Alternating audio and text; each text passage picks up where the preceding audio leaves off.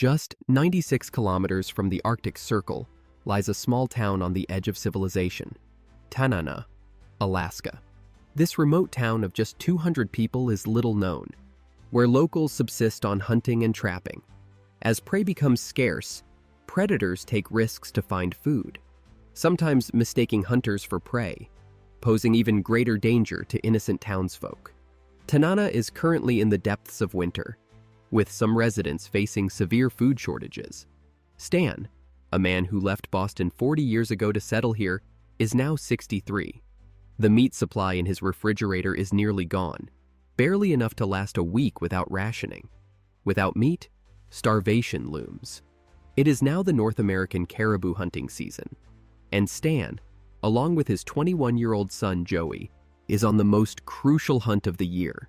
The temperature has plummeted to nearly 40 degrees Celsius, making this one of the coldest winters Stan has faced in Alaska. After 3 days in the mountains searching for caribou, the cold weather has driven the animals to migrate further afield. Despite checking all their usual spots, Stan and Joey have found no traces of caribou. They set their sights on the Radiant mountain range ahead, suspecting the caribou might be on the other side. However, crossing the Radiant Mountains is easier said than done. The path is treacherous, and a blizzard brews behind them. A whiteout could make their journey perilous, but the risk seems worth it compared to the threat of starvation. They must hasten their pace before the wind erases any tracks of their quarry. The greatest obstacle isn't the mountain itself, but the frozen Tositna River ahead. Mostly frozen in winter, its center flows too strongly to freeze. Falling in could be fatal. Stan takes the lead, unwilling to let his son face the danger. He would rather risk himself than his son. This is what most men would likely do. At the riverbank, Stan cuts a stick and begins probing ahead. Ice thicker than 10 centimeters is needed to support a man's weight, but parts of the Tositna River are less than 5 centimeters thick. After testing, they find the ice sufficiently thick and cross the river without incident. However, the other side of the mountain brings no surprises. No caribou, not even tracks. Stan had sworn not to return home without game, but a brewing storm has arrived, dropping temperatures to 42 degrees Celsius and reducing visibility. They are forced to abandon the hunt and hurry home. Yet this is only a temporary setback. For survival, their hunting will continue. This is the true test of wilderness survival.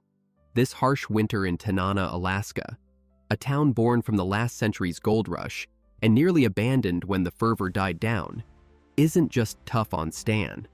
Charlie's family is also facing food shortages. Some, like Bear and Ed, who once braved this wilderness, have left. But for locals like Charlie, surviving the wild is just daily life. Charlie, a native born and raised here, only discovered what electricity was at the age of 16. His hobby and key to survival in Alaska is hunting. The town is small, and everyone is connected. When people can't solve problems on their own, they turn to Charlie for help. Mutual aid is vital for survival here. Charlie is always busy, either helping someone or on his way to help. He also manages the town's water supply, essential for 2/3 of the residents. With temperatures sometimes dropping to 56 degrees, he constantly warms the pipes to prevent freezing and potential damage. The demand for firewood is high, and the surrounding dry trees are nearly depleted. Cutting live trees is difficult, which greatly troubles Charlie. However, food and firewood aren't the only crises in Tanana. Someone spotted wolf tracks at the town's edge, a sign of desperation. A desperate wolf could pose a danger to humans. Charlie cannot allow such a threat. With his son Bob, now 20, he sets out to track the wolf. The footprints outside town seem to belong to the same wolf, likely a lone one. Over the past decade, there have been 20 fatal wolf attacks, so eliminating this threat is crucial. Imagine if a child, walking home from school, encounters this starving lone wolf. Speaking of children, one must mention Courtney, a mother managing 40 sled dogs alone while her husband is away. She feeds them fish all winter, but something has been stealing the fish. Yes, it's that lone wolf. The thought of her child encountering the wolf is horrifying. Unable to handle it alone, she turns to Charlie for help. To catch the wolf, Charlie sets a trap outside the fish shed. These large traps, covered with scentless napkins and snow, could snap a hand off instantly. To lure the wolf, he uses castoreum as bait on the posts. Unless he catches this wolf, Charlie will not rest easy. Hunting for game meat as food and obtaining fur to sell are survival methods for the people of Tanana. It is currently the season for hunting North American caribou. The Stan and Charlie families are worried about their dwindling food supplies. They have been tracking caribou for several days with no success. Today, they finally received reliable information that caribou were successfully hunted 140 kilometers away. They must hurry to take advantage of this opportunity, hoping to share in the catch. The journey is long, and they do not know when they will return. Therefore, Stan has prepared plenty of water for his wife, as collecting water in the wild is extremely difficult during this season, with ice up to 1.8 meters thick. Even for Stan, fetching water could take an entire afternoon. Charlie is recently overwhelmed with several issues. The water plant is short of wood, wolves have been seen in the town, and there is no food in the fridge. Upon hearing the caribou news, he decides to address the food situation first, as starvation could mean the end of everything. The distance to travel is far, so Stan and Charlie decide to team up with their families for a higher chance of hunting success. Once home affairs are settled, the two father-son pairs set out with their gear towards the destination.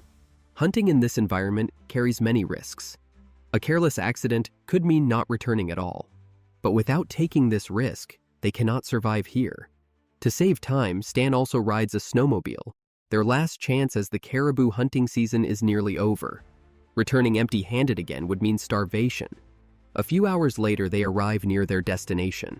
The four must search within a 20-kilometer radius for the exact location of the caribou herd. As they narrow down the search area, they finally find caribou tracks. The noise from the snowmobiles is loud and could easily scare the caribou, so they switch to walking. As they track deeper, the abundance of caribou tracks surprises everyone. Even Stan and Charlie have never seen such numerous tracks before. They are certain a large herd is nearby.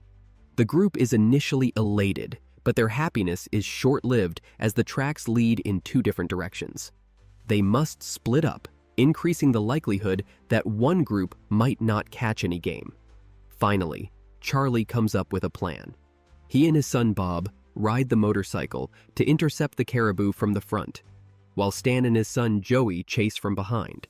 After a tough pursuit, Stan and his son are the first to catch up with the caribou, approximately 140 yards away. To increase their success rate, they want to close in to about 100 yards. But to avoid detection, Stan decides not to move any closer. Father and son get ready, aiming to take down two caribou with one shot each.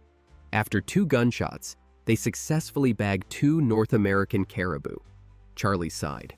After pursuing by motorcycle and on foot, they found the caribou herd. Charlie let Bob take the first shot. It was his first time hunting caribou alone, and he was very nervous. To survive in Alaska, he must learn to do these things by himself. When the targeted buck stopped, he pulled the trigger. The caribou did not die instantly. Fearing the animal would escape, Bob hastily fired a second shot.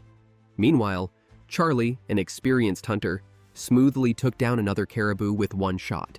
The hunt was successful, but their work was not done. They quickly removed the caribou's entrails to prevent the meat from spoiling.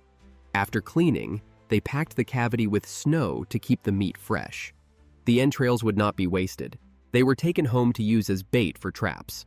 The hunt for North American caribou was a complete success, providing enough meat for several weeks. In Tanana, Alaska, hunter Stan had set 250 traps along his hunting routes at the start of the season.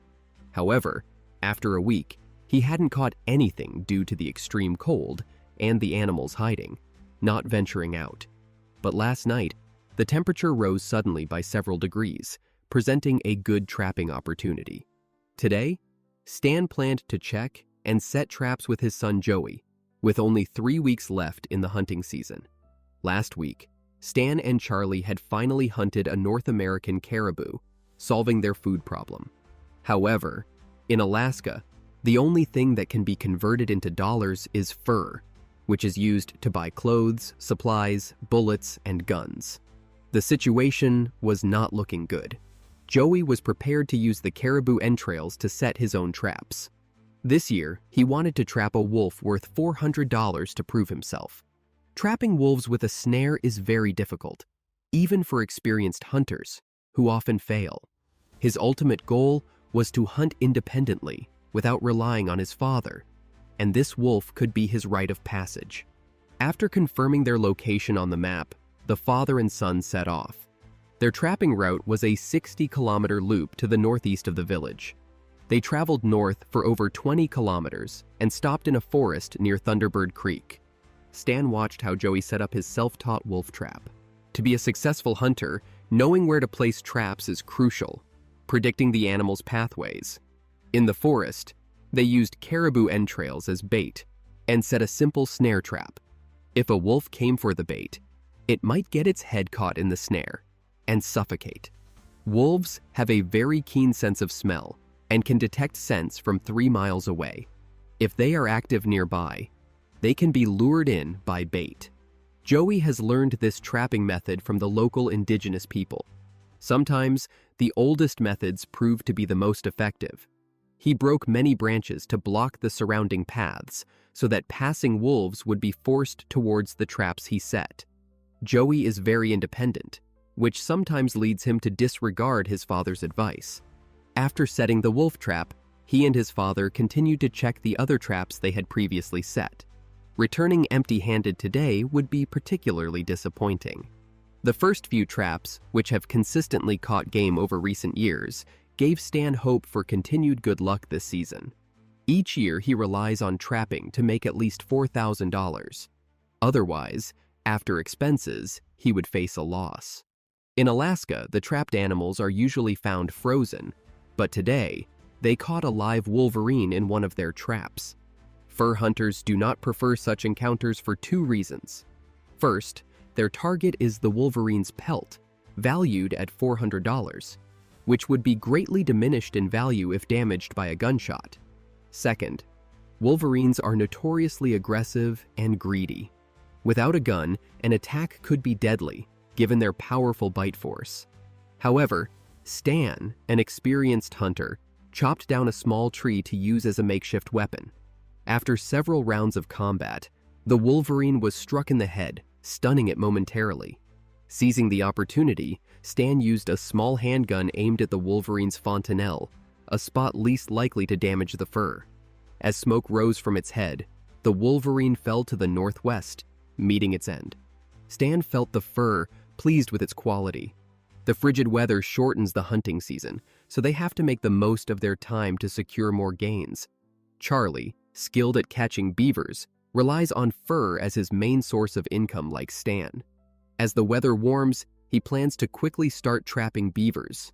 Missing the annual trapping season means losing his income. However, before beginning his trapping, he needs to deal with a lone wolf that has been roaming around town. He had previously set a trap in Courtney's fish shed, but it failed to catch the wolf, which seems to have evaded the trap, challenging Charlie. The more it resists, the more determined Charlie is to eliminate it. He set a noose trap on a path frequently used by the wolf outside the town. Now, he must go to trap beavers.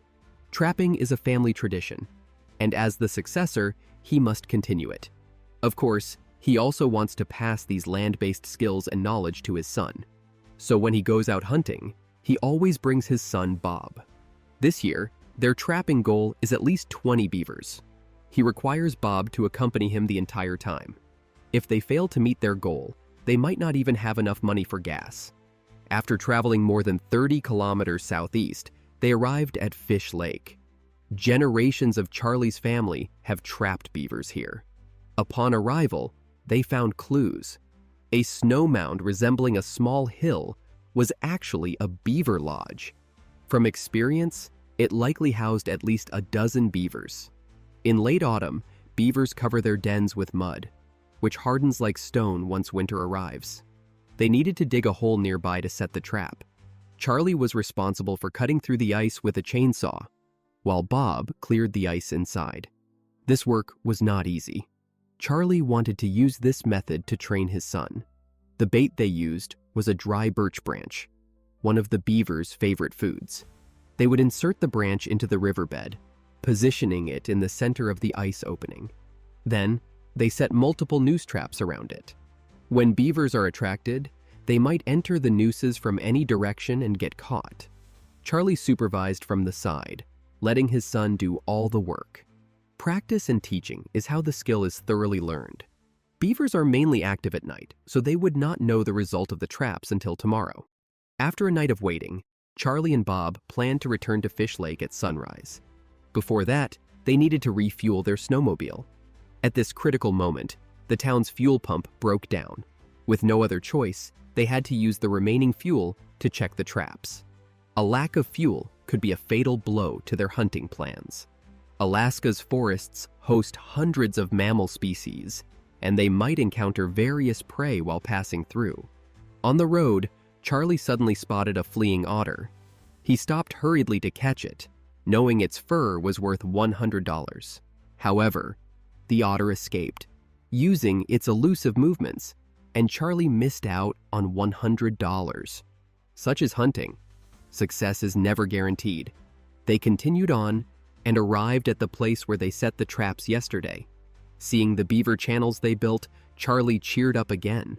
If they could catch the dozen or so beavers here, they could make at least $1,000. The old hunter's experience proved valuable. As soon as he lifted the tarp covering the trap, he saw bubbles under the ice, indicating that beavers had breathed there and were likely captured. The father and son slowly pried open the ice and pulled out the trap inside. Indeed, they had successfully caught a beaver. The prey was large and would surely fetch a good price. Bob was happier than Charlie because he had set the trap himself. Catching the prey made him feel extremely proud. Before the beaver's fur froze into ice, they had to use snow to absorb the moisture from its body. Charlie's trapping goal for the year was to make $2,000, with each beaver selling for $100, meaning they needed to catch 20 beavers. This was a good start, but reaching the goal would not be easy. 2 days later, the gas pump in town was fixed, which was a stroke of luck. Charlie refueled first, then went to check the wolf traps. Not catching them always left him restless. Unfortunately, the lasso traps failed, and he could only reset them and wait again. Lone wolves are very cunning, targeting easy prey. In southwest Alaska, a lone wolf had brutally killed a 6-year-old boy. Courtney's daughter was only 3, and the potential danger from a lone wolf was unimaginable, which was why Charlie was particularly nervous.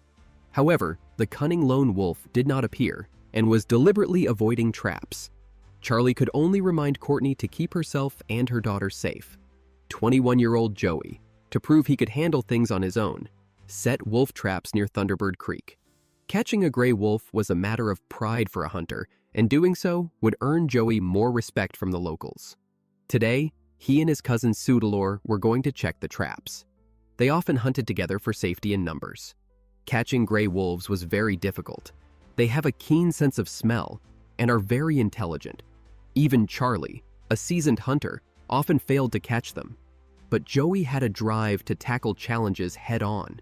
On their way, they found a set of tracks, gray wolf tracks, leading towards the traps he had set. The bait had worked well. Joey's heart surged with excitement. Could it be a success? But reality was harsh. Wolf fur on the ground indicated that a wolf had indeed visited, and some of the bait had been eaten, but it had successfully evaded the trap. Joey faced an initial setback in wolf hunting, but he was not ready to give up. To achieve his goal, he would continue to work hard. Meanwhile, Joey's father, Stan, was driving a dog sled to check the 250 traps he had set earlier. This work wasn't easy, and the harsh weather was physically demanding. Stan had persisted in this lifestyle for 40 years, demonstrating his passion for the wilderness and hunting. His main catch was marten, each fetching around $100. Each trapping season, He needed to make $4,000 to survive. Lately, Stan's luck had been poor. Often he would return empty-handed after making a large round in the wilderness. However, this was not his worst year. When he first arrived here, his family only made $55 in a whole year. To survive, they had to eat all of their sled dogs. A painful memory. Today was another day he returned empty-handed. On his way back, he passed by Thunderbird Creek and decided to check on Joey's wolf traps. No matter how old his son got, Stan always worried. The traps hadn't caught any wolves. Based on his experience, the lasso was set too high. He made a quick adjustment and then headed home. The next day, Joey and Charlie's son Bob went to check the wolf traps again. On the way, Bob's motorcycle engine blew up from being driven too hard, nearly causing an accident. The incident scared him. Replacing the engine would cost $600, and he was sure to be scolded at home. Unable to continue checking the traps, they had to tow the motorcycle back. As expected, Charlie was furious. Money was already tight, and now $600 was needed for repairs. He punished Bob by sending him to chop wood in the forest, intending to offset the loss with the money from the wood. Joey returned to the wolf traps alone. Not only were there no wolves caught, but the trap had also been tampered with. He guessed it was his father's doing, which annoyed him. Joey reset the trap to its original setting and stormed home. He needed to talk to his father. He wasn't an unreasonable kid. Ultimately, they were father and son. They opened up to each other. The father was trying to correct his son's mistakes, and the son was trying new methods to help his father make more money. After talking it out, everything was fine. Currently, Joey's path to catching wolves was still long and challenging, and Charlie's wolf traps were no better. The lone wolf had been eluding capture for a long time. However, today, that changed. Townspeople told Charlie that the fearsome lone wolf was now wandering by the river. This was his best chance to catch it. He quickly reached the river and found the lone wolf following its tracks. Charlie raised his gun and fired, ending it with a single shot. His marksmanship was respected by the local hunters. Wolves were respected because, without weapons, they were the most formidable hunters here. Yet, they were also humanity's enemies, eating people, killing dogs, stealing fish, and meat. After 2 weeks of outwitting each other, Charlie finally won. He could now rest easy, knowing the town's children, including Courtney's, were safe. Charlie's feat of taking down the lone wolf quickly spread throughout the town, drawing crowds. The wolf pelt could sell for $400 to $500, almost enough to cover the cost of his son's damaged engine. After skinning the wolf, Charlie returned its body to the place where it had been hunted. According to the elders, this allows the wolf to enter the cycle of reincarnation. With this gesture, Charlie paid his respects to the wolf. With only 2 weeks left in the hunting season, the days ahead would be even tougher. Stan was worrying about the dismal hunting season. It was almost over, and he had only made $1,300, far from his $4,000 target. Despite being in the wilderness, some essentials like bullets, gasoline, and tools could only be bought with money. To make up the $4,000, they planned to hunt longer on this trip. Stan, his son Joey, and nephew Sudalor moved into a cabin at the center of their hunting route, built by Stan 40 years ago, where he had lived for 11 years. First, they tidied up the cabin and then started checking the traps. Joey was eager to check his wolf traps, seeing it as his best chance for a breakthrough. The scratch marks on the cabin's doorpost suddenly caught their attention, likely made by a black bear, a level of damage Stan had never seen before. It was probably the smell of fish meant for the sled dogs that attracted the bear. When bears awake from hibernation, they become the most dangerous creatures here, more so than wolves. With over 100,000 bears in Alaska, bear attacks are common. Stan had been injured by a bear in his youth. If that bear had been hungry, Stan might not have survived. The high value of a bear, including its skin, which could sell for thousands of dollars, along with its skull, paws, and meat, was well recognized. More importantly, hunting a bear could make Joey famous. and he didn't want to spend his life catching small, low-value animals like his father. Joey and Sudalor decided to hunt a black bear. They headed north for 3 kilometers to an area with many bear dens. Their plan was to provoke the bear with a stick about 3 meters long, then kill it without damaging the valuable fur and skull. They soon located a bear den. Joey poked inside with a stick while Sudalor aimed his gun at the entrance. If the bear rushed out and they couldn't react in time, Joey could very likely become the bear's meal. Despite their fear, the potential profit and the necessities of life made them fearless. Bear dens are typically over 2 meters deep with a narrow entrance and sharp turns, making it hard to reach in with just a stick. Seeing they couldn't catch a bear, Joey made a bold move. He decided to enter the bear den with a flashlight and a gun to check for sharp turns and see if a black bear was inside. This risky action could cost him his life at any moment. Outside, Sudalor got ready to pull Joey out at the first sign of movement. After exploring, unfortunately, the cave was bear-free, and their effort was in vain.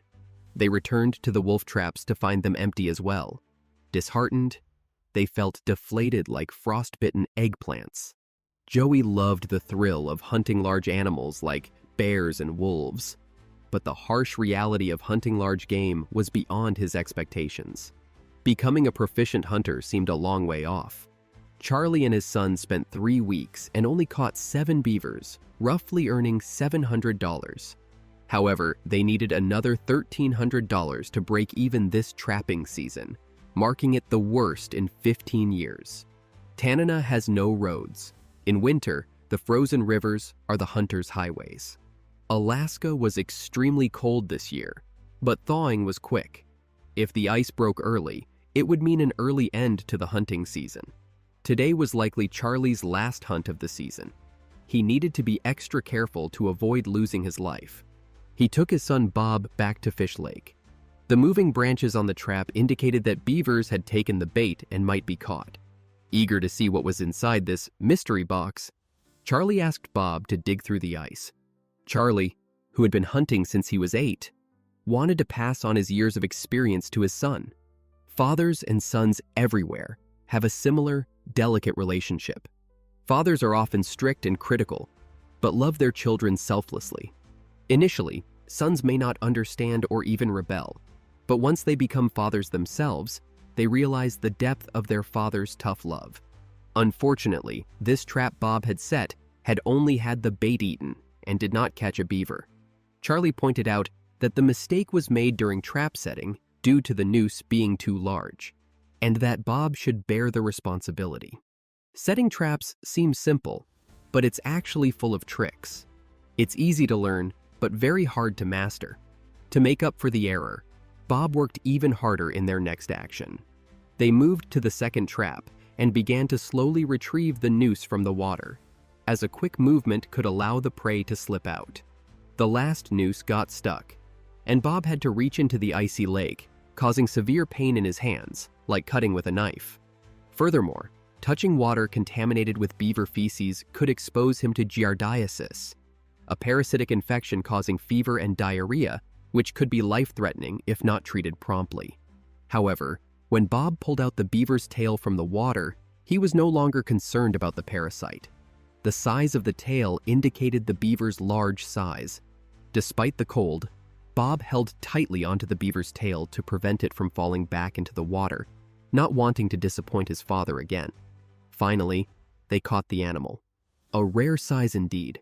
They used snow to dry the water off the beaver's fur to prevent it from freezing, which would require 2 days to thaw. After catching the beaver, they hurried home, as Bob needed to wash his hands thoroughly to rid himself of any parasites. Joey and Sudalor, having wasted much time failing to hunt bears, had to settle for smaller prey and joined Stan to trap sable. Sables, members of the weasel family about the size of a house cat, with smooth fur, are a favorite among hunters and can sell for about $100 each. They have been a target for fur trappers for centuries, with a stable price due to their abundance and demand. Although Joey disdained such small and less valuable creatures, his family had been living off trapping sables. Today, Stan was lucky and quickly caught the first sable, covering half the cost of their hunting trip. Living off the wilderness is never easy. Stan's best year saw him catch 65 sables, his record. Facing such harsh conditions, the effort and reward are often disproportionate, but a deep love for this lifestyle is likely what has kept them going for so many years. During their conversation, Stan caught a second sable, adding another $100 to their earnings. The hunt didn't stop there. In another trap set by Joey earlier, they caught a third sable. At this point, Joey didn't care about the size of the game, as long as it brought in income. Their good fortune continued. Within 24 hours, they had caught 18 sables, increasing their earnings by $1,800. However, as temperatures rose above freezing, their time was limited. Once the snow and ice began to melt significantly, it signaled an early end to the hunting season. Just as they were concerned about this, another trap ahead captured a live animal, a large lynx, potentially worth over $400. Despite its size, lynxes are formidable, capable of taking down an adult North American deer. If it escaped, it could immediately attack Stan and his team. The hunters had to subdue the lynx without damaging its fur. After a series of unsuccessful hunts, Joey's confidence was low, so Stan assigned him the task of handling the lynx. They fixed a noose to the end of a stick, and Joey used it to loop around the lynx's neck. Although they hadn't caught any bears or wolves, capturing a lynx was very satisfying for Joey. It was the last trap they checked that day. Afterwards, they had to rush back to camp before dark. With so much game captured, they had no time to rest and had to quickly skin the animals, a critical skill for hunters. If the skinning was done poorly or the fur damaged, it would significantly reduce its value. The lynx's skin was thin, testing the hunter's skinning experience and knife skills. But this was no challenge for Stan, a hunter of 40 years. With this, the hunting season was essentially over. Stan and his son had caught 30 sables, 1 wolverine, and 1 lynx, roughly breaking even financially. If they maximized the potential of their game, they might even make a profit. Their dinner that night was lynx meat. Typically, they ate whatever they caught. Stan had lived this way for 40 years. Alaska's temperature is rising continuously and has already surpassed the freezing point. All the ice and snow are beginning to melt. It's time for brown bears, grizzly bears, and black bears to wake up. Charlie and Bob are now going hunting and must carry guns to protect against bear attacks. To reach the beaver trapping area, they must cross a swamp. The persistent high temperatures have prematurely melted a small stream they must cross. The locals are very cautious about this situation because falling into the water can be deadly. Charlie once had such an experience and would have died in the Northwest if not for his good luck. Although aware of the dangers ahead, they muster the courage to push forward for their livelihood. Father and son return to the fishing lake, where the high temperature has affected the setting of traps. With the current temperature, the trap openings cannot be frozen, increasing the likelihood of beavers escaping. Charlie had little hope, but after checking, they caught a beaver in the trap. He quickly called Bob to carefully remove the beaver to avoid losing it, or else Bob would definitely receive a scolding from Charlie. They successfully pulled the beaver ashore, earning another $100. As the ice and snow continue to melt, they hurry to check other traps. Speeding along, they reach the second trap and see another live beaver struggling on the ice. Such sightings are rare and only occur in such warm weather. To ensure the fur remains intact, they cannot shoot it. Charlie seizes the opportunity to knock it out with a blunt blow, earning them an additional $100. Throughout this year's hunting, Bob has learned a lot and shown his meticulous side. There are many items needed for hunting, and Charlie might forget one or two, but he is relieved that Bob has remembered to bring everything. Truly, a chip off the old block. This season, they caught a total of 16 beavers, which could sell for $1,600. This amount only covers the season's fuel expenses. Overall, it was a very bleak hunting season. However, if they could learn fur processing from Old Tom, they could potentially triple their earnings. Before selling, they must complete a fundamental task: skinning the beavers.